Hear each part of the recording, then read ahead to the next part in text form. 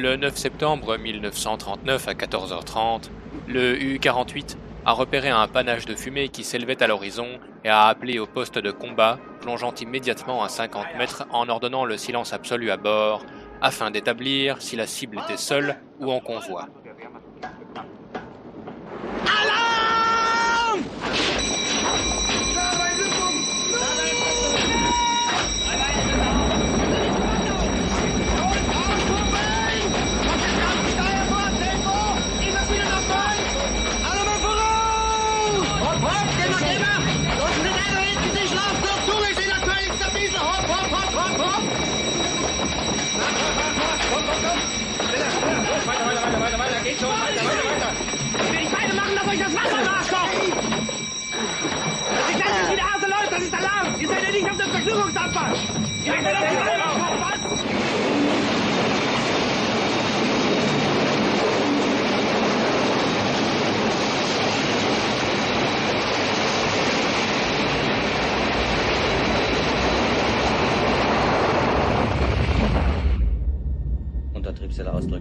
Après 5 minutes d'écoute en s'assurant que le contact n'était pas dans nos zones mortes, nous avons eu la confirmation qu'il s'agissait bien d'un steamership marchand croisant seul.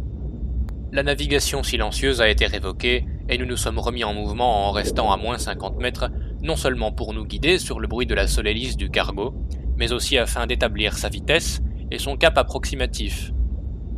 Après 20 minutes encore, nous avons conclu que la cible se déplaçait à environ 15 km/h, ce qui la rendait impossible à intercepter si nous restions en plongée, les moteurs électriques de notre submersible ne nous permettant hélas qu'une vitesse très limitée. Après une patrouille de 2000 km sans croiser âme qui vive sur cet océan, nous étions tous déterminés à suivre ce contact avec la ferme intention de l'envoyer par le fond. De plus, un cargo représentait une cible facile, nous n'allions pas la laisser s'évader. Ainsi, à 15h, le U-48 chassa au ballast, fit surface et permuta ses moteurs avant de mettre machine avant toute en direction de ce contact isolé. Une fois que la structure du navire était en vue, nous pûmes confirmer qu'il s'agissait d'un navire marchand Empire Bell.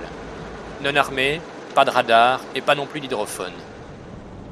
À une distance d'environ 8 km, nous étions certains d'être hors de son champ de vision. Cachés par les vagues à l'horizon, l'étroite silhouette de notre bien-aimé Saudrouille était pour ainsi dire invisible. Rapidement, nous dirigions le binoculaire du kiosque en direction de la cible avant de la servir au système de contrôle de tir Ouzo. Un nouvel appareil, un calculateur électromécanique qui, lorsqu'il fonctionne, nous évite de bien fastidieuses opérations. Nous sommes encore hors de portée, mais les pré-réglages se font en quelques secondes et les résultats obtenus au chronomètre ainsi qu'au stadimètre correspondent assez à nos estimations initiales. Ceci dit, notre excitation s'évapora rapidement lorsque nous remarquâmes que le cargo naviguait sous pavillon suédois.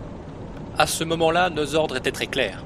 Depuis quelques jours, nous avions l'autorisation d'attaquer tous les navires des Royaumes-Unis à vue et nous défendre contre les navires français. Mais pour autant que nous sachions, les Suédois étaient encore neutres dans ce conflit.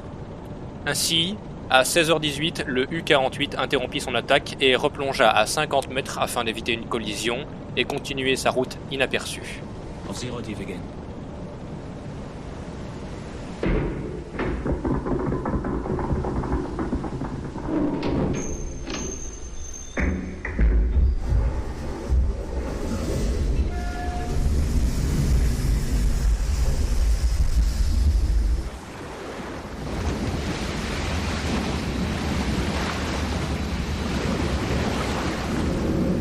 Derzeitige Tiefe 1-0.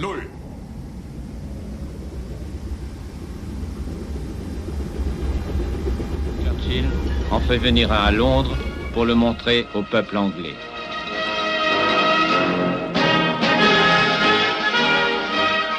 Churchill qui écrira un jour « Tout au long de cette guerre, je n'ai vraiment eu peur que d'une seule chose, des sous-marins. »